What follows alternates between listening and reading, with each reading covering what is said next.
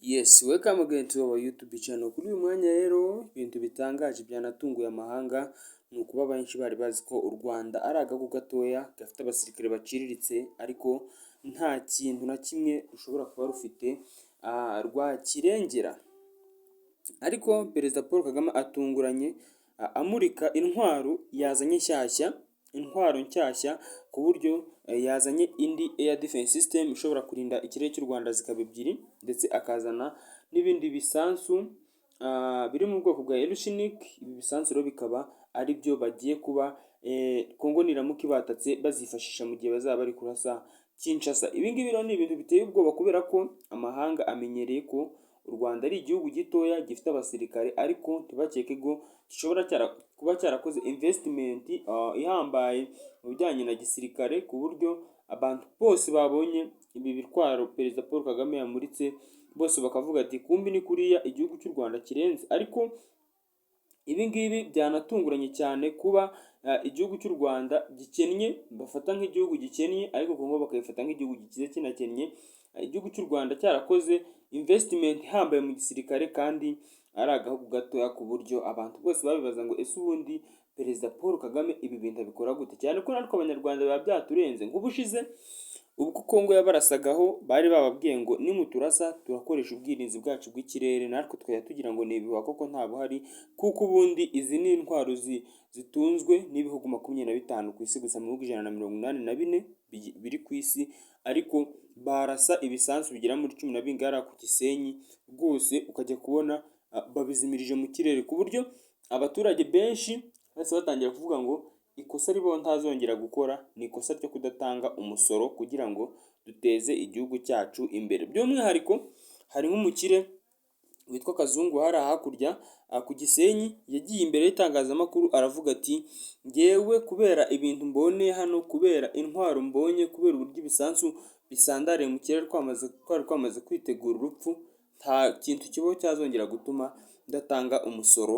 Nzi neza ko uri buze kujya kugura ibintu nk'ibi ngibi bindindiye umuryango ndetse n'abana banjye bose akaba bakiri bazima, kandi Gisenyi yose iba yamaze kuba umuyonga. Ibi ngibi ubwo u Rwanda rwagaragazaga iyo ntwaro byateye by'umwihariko igihugu cya Kongo ubwoba, kuko iyi ntwaro kuyibona biragoye pe, biragoye. Byateye igihugu cya Kongo ubwoba, bituma umuvumba cyari kizi ko kigiye kwatakana u Rwanda ugabanuka, ndetse bafata izindi ngamba zo kuba babanza bakitonda, ahubwo bakabanza bagakusanya izindi ngabo ziva mu bindi bihugu zavuye mu bindi bihugu kugira ngo zizaze kubafasha kurwanya M23, kuko twese turabizi ko Kongo rivuga ko M23 ari abanyarwanda.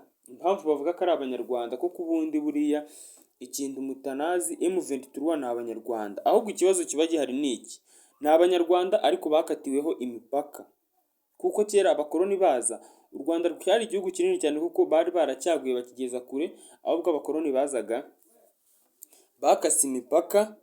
Noneho rero abanyarwanda bari iyo ngiyo rero i Kongo hose bakatera imipaka, ku buryo Bukavu, Goma bose ubundi bari abahaba ni abanyarwanda, ariko nyine ni abanyarwanda bakatiweho imipaka. Impamvu ubundi M23 ihora irwana, yigeze kugirana amasezerano n'igihugu cya Kongo avuga ko abasirikare ba cyangwa se iriya M23 igiye gusinyanya amasezerano n'igihugu cya Kongo, ntagire umuturage bashinja ko cyangwa se bavuga ko ari umunyarwanda uzongera kwicwa, ahubwo bakabakira nk'abakongomani kubera ko ari abanyarwanda bakatiweho umupaka. Ibi ngibi Kongo yarabyemeye, ariko mu mwaka wa 2010 barongera bakora uyu mutwe mu jisho, kuko uyu mutwe bari barawukoze kugira ngo babashe kuzajya birinda mbega nyine, kuko hari imitwe nka FDLR. Murabizi ko mu gihugu cya Kongo bavuga ko haba imitwe yitwaje intwaro ishobora kuba irenga 150.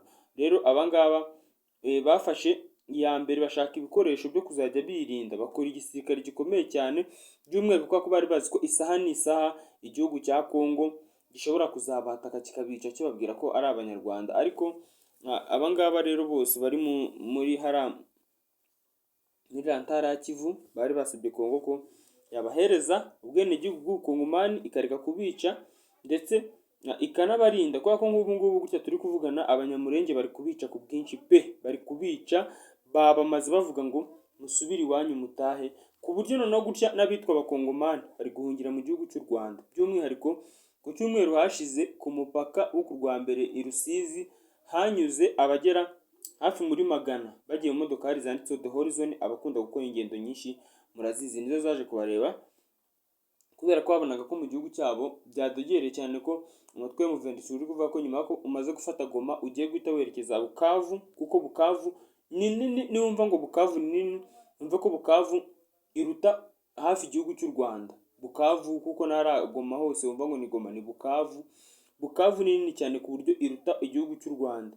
Rero bakaba bavuga ko bagiye guhita berekera noneho bagafata Bukavu yose bateranyijeho na Goma, bazamara kwavu bagahita berekeza Kinshasa. Ikindi kintu umutwe wakoze w'agatangaza ni uko ubwo abacancuro bawatakaga ndetse bafatanyije n'abasirikare b'abakongomani bose, ubwo bamaraga kubafataga bafashe ibitwaro bari bazanye, bafata imbunda, ibisanzwe, ibintu byose. Ari nabyo biri kuvuga ngo uyu mutwe byawongereye gukomera, kuko niba bakaba bafite nk'ibisanzwe nk'ibifaru nka 100 cyangwa 50, ukabona hiyongereho nk'ibindi nka 15 utari wateganyije, izo ngizo aba ari intwaro nyinshi uba ubonye kandi utegeze uteganya. Ibi ngibi rero bikaba bituma Paul Kagame agomeza babwira ngo mwebwe ntimuzajya muvuga ngo M23 ni abanyarwanda, kuko ni abakongomani. Nubwo ari abanyarwanda bakatiweho imipaka, mubakire nk'abakongomani, naho twebwe nyine ubutaka bwacu haba gukata imipaka nabi mu gihe bajyaga kuyishyiraho, bituma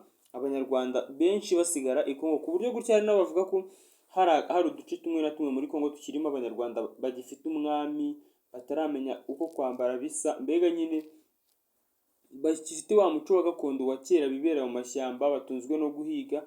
Ibi byose rero akaba aribyo bakomeza bavuga ho buri munsi. Reka ngushimire ko abanye muri kino kiganiro twabonye. Ndi Isaac Sima, nawe usaba gukora subscribe. Ciao ciao.